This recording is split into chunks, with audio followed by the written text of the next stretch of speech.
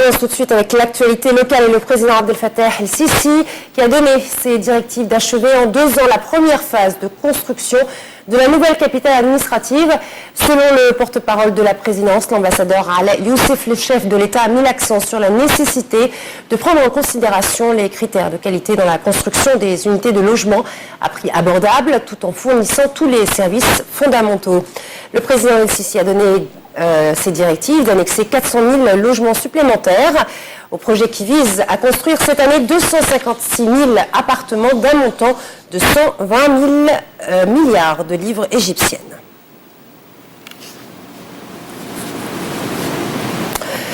Le ministre de l'Intérieur, Magdi Abdel Ghaffar, a affirmé que le ministère entreprenait des mesures supplémentaires pour sécuriser le gouvernorat du Nord Sinaï.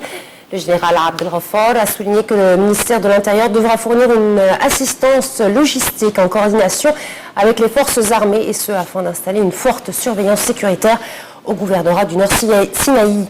Hier, le ministère de l'Intérieur a revu à la hausse le bilan de l'attaque ayant visé la police samedi dans la péninsule du Sinaï, précisant que 15 policiers ont été tués dans l'assaut revendiqué par le groupe terroriste Daesh.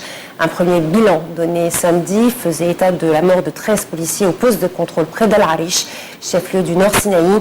3 officiers font partie des victimes, a précisé le ministère.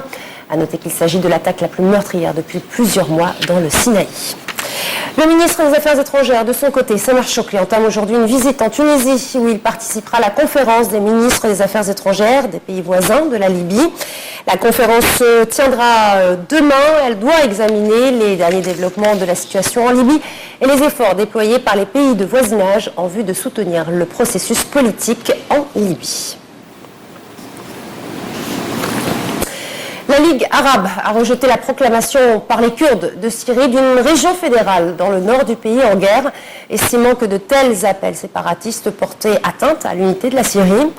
Les Kurdes de Syrie et leurs alliés ont proclamé jeudi un système fédéral unissant les zones sous leur contrôle dans le nord du pays. Cette initiative inédite, qui s'apparente à une autonomie de facto, a été immédiatement rejetée par l'opposition et le régime syrien, qui négocie actuellement à Genève pour tenter de trouver une solution politique. Les États-Unis soutiennent les Kurdes syriens dans leur lutte contre Daesh, mais ont prévenu qu'ils ne reconnaîtraient pas la création d'une région unifiée et autonome kurde en Syrie.